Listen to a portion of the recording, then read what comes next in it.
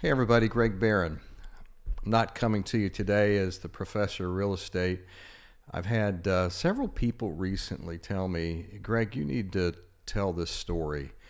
And I guess at this point, I'm at the age where I know there's some nuggets out there in my life that maybe some of you are struggling through some things. Maybe you're at a point in your life where you're dealing with some crisis or some medical issue. Maybe you're facing a really difficult time in the economy right now, and you need a little bit of hope. My life has been in waves with hope. It doesn't come all at once, but I do want to relay to you something that has happened to me, and rather recently, actually. I've lived a great 65 years come next month, but something really difficult happened to me, amongst other times in my life. But something really difficult happened to me. It had nothing to do with business. It had everything to do with my health. Now, let's go back to September 3rd of 2019, right after Labor Day. Before that, I was the epitome of health for my age. My wife and I work out regularly, 4 to 6 days a week. We're very active. We eat healthy, always have been. I'm not on any medication, and which is amazing, and I wasn't back then at all either. But I woke up one morning after Labor Day, and I was incredibly fatigued. This is September the 3rd of 2019. I'll never forget it. I just didn't feel good. I thought, well, I had too many adult beverages on the lake. It was 100 degrees, and I'm dehydrated. So I was slamming water to try to cure myself. And this goes on for 2 days. And then I find myself on the couch in our office.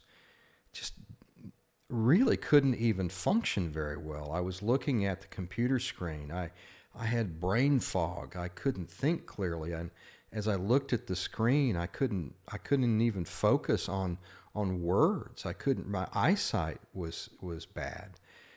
And then I couldn't walk 50 yards out to my car without just being absolutely out of breath. And so finally I said, honey, I've got to go to the doctor. I think maybe I need to get something in me to get better. So she said, okay. And so I got in to see the doctor that day, which was kind of amazing. And I told her my symptoms. She says, here, go pee in a bottle and let's check that. And let's do some blood work on you while you're here. You haven't had anything done in a while. I said, yeah, that's good. So she, kind of diagnoses me there and says, we're going to give you something to maybe fight some infection, nothing really anything big. And, I'll call you with your blood results. I said, okay. So I'll never forget it. That was in the morning, and that early afternoon, I got a phone call on my cell, and it was the doctor, and she said, "Where are you?" And I said, "I'm at the office, laying on a couch. I'm just really tired." She goes, "Is anybody with you?" And I said, "Yes." Why? Well, because I was going to call an ambulance for you if you didn't have somebody with you. I said, whoa. I said, okay, my wife's with me. What's going on? She goes, I've called the hospital. They're waiting for you. She needs to take you there right now. I said, okay. I'm walking now. Honey, let's go. I've got to go to the hospital. I'm going to find out. Okay, tell me the rest of it. And she said, your red blood count and your hemoglobin is at the point of critical shutdown. I said, what does that mean? She goes, it means that you don't have enough red blood cells in your body right now to function. Your hemoglobin is at a point, along with your red blood cells, where you will go into organ failure very soon if you don't have a blood transfusion. That's all I can tell you right now. I haven't diagnosed you any more than that. Just get to the hospital as soon as you can. They're waiting for you. Within 15 minutes, I was at the hospital, walked through the emergency room. Hi, I'm Greg Barron. Yes, come this way, please. I am undressed. I'm on a table, and they are prepping me for transfusions. And what I had found out is that your hemoglobin is supposed to be between 14 and 17 for a grown man. Mine was at a 6. My red blood count was at a 3. Any less than 5 and you go into major organ failure, and I was 1 point away from that, but I was still very much a candidate for brain damage, heart failure, kidney failure, you name it. I was on the cusp of it. So they were watching me. I was plugged up to everything, and I've got ports in both arms at this point in time, and they're pumping blood in me. I just don't have any red blood cells to be able to operate. So I got through the night. Spent all night, obviously, in the emergency room, and finally they took me to another floor. And for the next week, I had my blood tested twice a day at least. They were going to the labs twice a day. I can't remember how expensive this was. And I had blood transfusions for the next 4 or 5 days. There happened to be an internist there that had moved there. She was an Indian woman, a wonderful, beautiful, sweet lady, so kind. And she just continued to kind of, give it one of these and look at my charts, and she couldn't figure it out. They tested me for leukemia and some other things, and I didn't have cancer, but I obviously had a blood disorder at the time. That's what they called it. So finally she came back in after 4 or 5 days of me being, with blood pumping into me. And she says, I think I've determined what you have. And I said, well, tell me what I have. And she said, you have idiopathic autoimmune hemolytic anemia. And I said, and I couldn't say that back to her first. And I said, sounds big, anemia. So I've got low iron.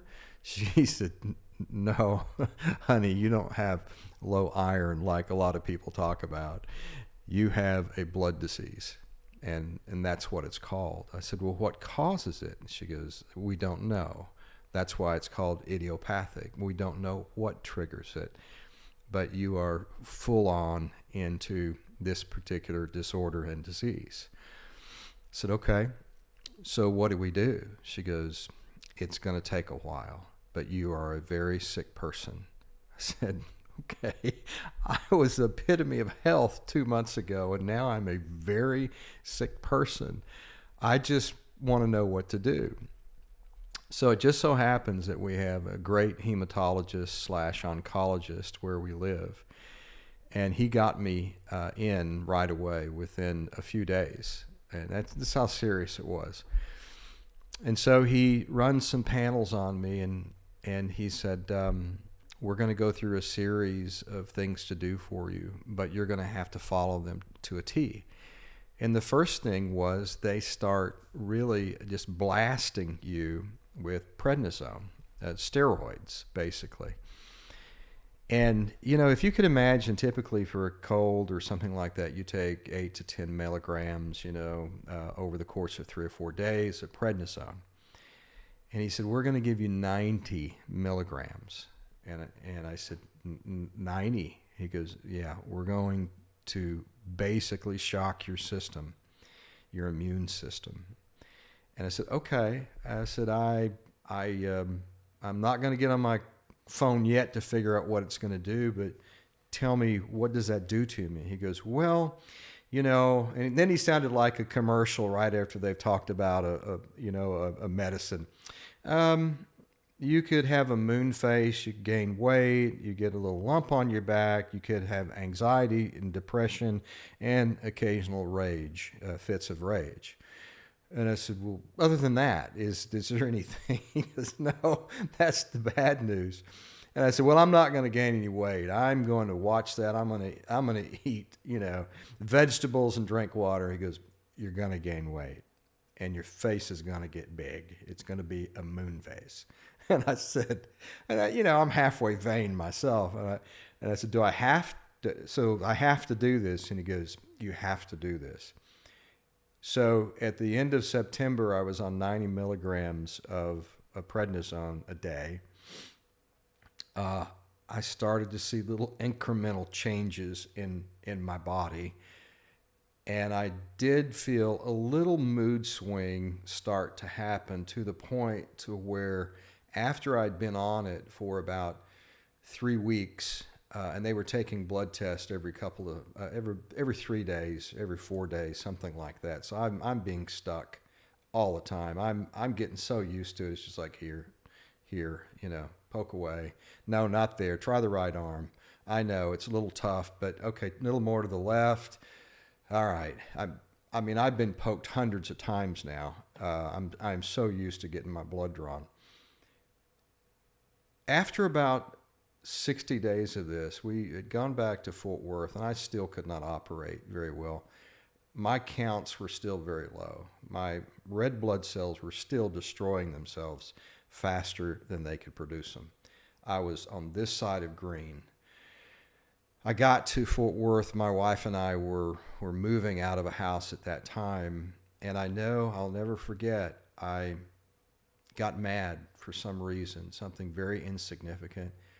I went out, I jumped in the truck and got a hotel room.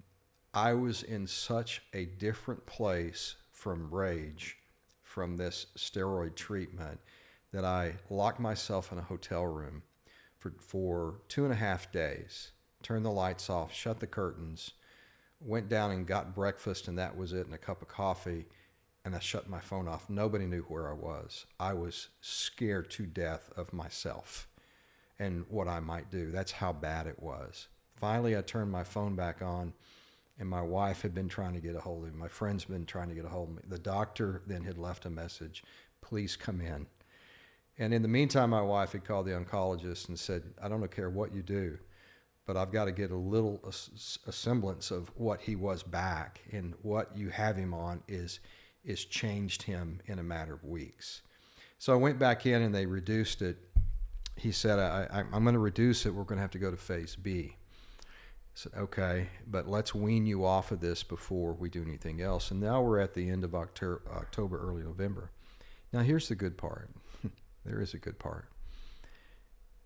During that time, people came to me. Now, I've always been a person of faith. I've always been a person of prayer, but I've never been a person of serious faith and serious prayer the way that people responded to me during that time. This is not a channel for religious opinion or political pontification, but I am going to tell you this because I think this story will resonate with a lot of you for some reason. I don't know why I picked this time, and maybe this will never go on my channel. I don't know, but I had to tell it. But I was sent several people that were significant to me that obviously had a greater realization of what prayer could do than I did. My sweet mother-in-law, who was raised Catholic, she probably doesn't appreciate me saying this, but she came to see me during this time. I think it was in early December, and I was still sick. And she said, sit down on the couch. And she'd been to the Vatican City or somewhere, maybe it was Italy, some part of Italy, I don't remember, but she had this flask of oil that she'd brought back. She goes, now sit down. I'm going to put this on your forehead, and then I'm going to pray for you. I said, well, okay, you go, girl. And she did. Had never heard her do that before, but she was bound and determined that she was going to pray for me, and I let her. So the month goes on, and I had a lot of other people say, yeah, I'm praying for you. I'm thinking about you. I'm praying for you. Yeah, well, thank you. And you can just kind of put that on a shelf, not really think much about it. But it was effective. I got to the end of December, and the prednisone did no longer work.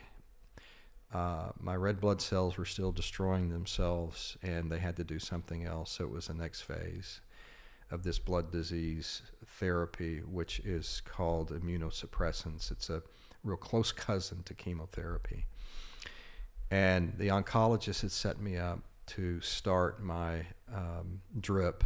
It was an all-day drip. It was about $20,000 a month, so it was pretty serious. And he'd set me up for my first therapy, or I call it chemo sometimes. It's probably not the right term. It's really immunosuppressant therapy on January the 4th. On January the 2nd, which was a Sunday, my father, my sweet father, who's now passed, he was in his 80s at that time, went to church. He's a godly man, man full of integrity and moral character that I've ever been around in my life. Anchored into, he's very direct. Dad was just, he'd say things and he'd just move on. This is where it's going to be, son. And okay, Dad, that's fine. He calls me on January the 3rd. Now I'm going to go in January the 4th to start, but I had to have a blood test on January the 3rd in 2020 now. So he calls me, he said, son, I went to church yesterday. I got a bunch of the men to pray with me. We collectively prayed together that your blood test would be good today, and that you wouldn't have to go into your next round of therapy, and you were going to recover just fine. Okay? All right, Dad. I mean, it was just that direct. He was such a great man. And I said, thanks, man. I probably shed a few tears. And he said, I love you. And tell me how it goes. All right, Dad. Soon after, I had another friend, Charles, dear friend for 40 years, call me. And he said, Greg, I just want you to know, I know you're going in to take your blood test today. I'm praying that everything's going to be in the green. I actually had communion this morning and broke bread over you and prayed that everything would be fine. I said, well, thank you, Charles. I really appreciate that. And that's pretty indicative of him. He just is a firm believer in that. So I really didn't think much about it. I was just, for me, I don't know that I had that faith at that time. I certainly didn't have the faith that everything was fine. I can tell you that in total transparency and honesty. But the next morning I went at 9 o'clock. I met with the oncologist prior to going into the room with all the chemo people and everybody. I'd sit in a chair and they'd hook me up, and it was an 8-hour boring ordeal. My first drip. We sit down. I'll never forget this. And the oncologist, he looks at his screen. He pulls up all of my blood work, which was, so many things to measure. He looks at it, and he looks at me, and he said, so what happened between last week and this week? I said, are you telling me that it's changed? He said, everything's in the green. I said, everything's in the green. He said, yes. I said, Doctor, I don't know your faith. I'm not here to preach to you. I said, but the only difference that I made is I had specific and strategic prayer that my blood work would be fine today. He goes, well, it worked. It worked. And I said, does this mean I'm not going in for my drip here in about 10 minutes? And he said, no, we had it all prepped for you, but there's no reason for you to go in. And I said, so I'm clean? He goes, well, technically, you're in remission today. And I said, okay, I'll accept that.